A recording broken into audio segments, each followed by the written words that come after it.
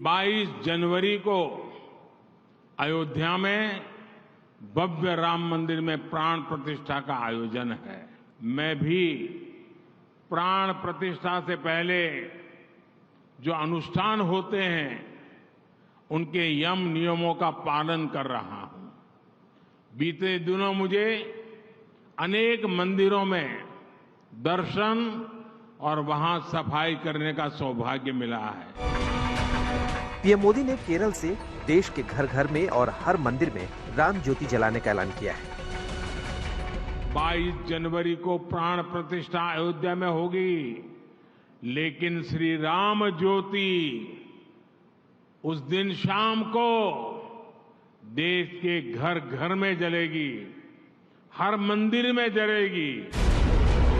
एक तरफ प्राण प्रतिष्ठा के लिए प्रधानमंत्री मोदी तप कर रहे हैं, दूसरी तरफ विपक्ष के सभी नेता एक ही बात जप कर रहे हैं। बीजेपी दिखावा कर रही है, राम मंदिर की प्राण प्रतिष्ठा में चुनावी फायदा देख रही है। राहुल गांधी तो लोगों को धर्म के असली मायने समझा रहे हैं। राहुल गांधी का निशाना कहां है, उनका बयान सुनकर आप भी समझ सकते हैं। मेरी सोच है, जो सचमुच में धर्म को मानता है वो धर्म के साथ पर्सनल रिश्ता रखता है, वो अपनी लाइफ में धर्म का प्रयोग करता है। जो धर्म के साथ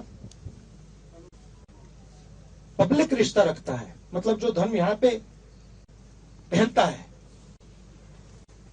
वो धर्म का फायदा उठाने की कोशिश करता है। मैं अपने धर्म की फायदा उठाने की कोशिश नहीं करता हूं, मुझे उसमें इंटरेस्ट नहीं है। मगर मैं जो धर्म है उसके जो प्रिंसिपल्स हैं उससे अपनी जिंदगी जीने की कोशिश करता हूं। तो मैं लोगों के साथ ठीक से बर्ताव करता हूं, लोगों की इज्जत रखता हूं। जब कोई मुझे कुछ कहता है मैं अहंकार से नहीं बोलता हूं, उसकी बात सुनता हूं, नफरत नहीं फैलाता हूं।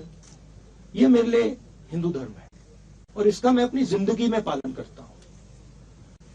मगर मुझे इसको अपनी शर्ट पे पहनने की जरूरत नहीं है। जो इसको मानते नहीं है उनको शर्ट पे पहनने की जरूरत होती है। बीजेपी कह रही है कि राहुल गांधी तो आधे हिंदू आधे ईसाई हैं। पॉलिटिकल घर में पैदा हुआ है और ऐसे पॉलिटिकल घर में पैदा हुआ है जहां उसका कोई वर्चस्व नहीं रहा है, ऐसे घर में पैदा हुआ। आधा हिंदू है, आधा ईसाई है। देखिए, राहुल गांधी का इंटरप्रिटेशन अलग अलग इश्यू पे मैं उसमें जाना नहीं चाहता, क्योंकि इट इज अ हेडेक। मुझे समझ भी नहीं आता वो क्या बोलते हैं, क्यों बोलते हैं। पहले लेफ्ट के नेताओं ने राम मंदिर के उद्घाटन में जाने से इनकार किया, फिर कांग्रेस के केंद्रीय नेतृत्व ने राम मंदिर की प्राण प्रतिष्ठा के न्योते को ठुकराकर उसका बहिष्कार कर दिया। सोनिया गांधी, मल्लिकार्जुन खड़गे और अधीर रंजन चौधरी ने कह दिया कि आरएसएस और बीजेपी का समारोह है, इसलिए इसमें जाने का सवाल ही नहीं उठता। और अब इसी कड़ी में लालू प्रसाद यादव भी जुड़ गए। वो भी कह रहे हैं कि अयोध्या नहीं जाएंगे। सर, राम मंदिर का उद्घाटन है, क्या राम मंदिर उद्घाटन में आप लोगों को सर आमंत्रण मिला है, जाएंगे? नहीं जाएंगे। नहीं जाएंगे सर? राहुल गांधी ने इनकार कर दिया, सोनिया जी ने इनकार कर दिया, तो लालू जी को तो इनकार करना ही था। यही लालू यादव है जिन्होंने लाल कृष्ण आडवाणी को गिरफ्तार किया था, जिन्होंने कार सेवकों को पकड़ कर जेल में बंद किया था। भगवान राम विरोधी के प्रतीक है लालू प्रसाद जी, भगवान कृष्ण विरोधी है लालू प्रसाद जी।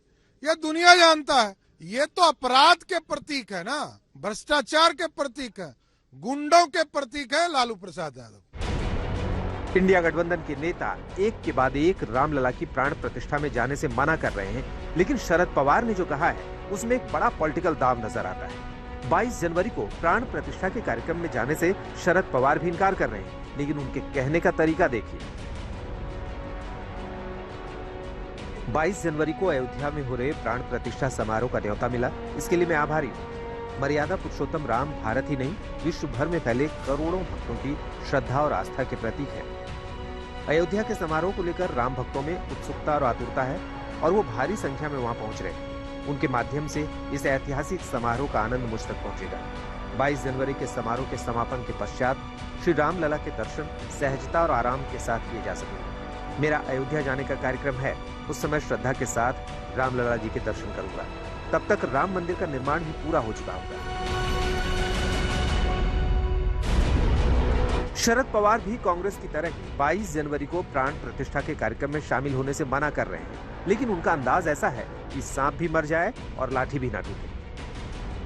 कांग्रेस कह रही है कि राम मंदिर के निर्माण कार्य पूरा होने से पहले ही उद्घाटन किया जा रहा है। शरद पवार भी यही कह रहे हैं, लेकिन वो कह रहे हैं कि 22 जनवरी के बाद अयोध्या जाएंगे। तब तक मंदिर निर्माण का कार्य भी पूरा हो जाएगा, यानी सियासत भी हो गई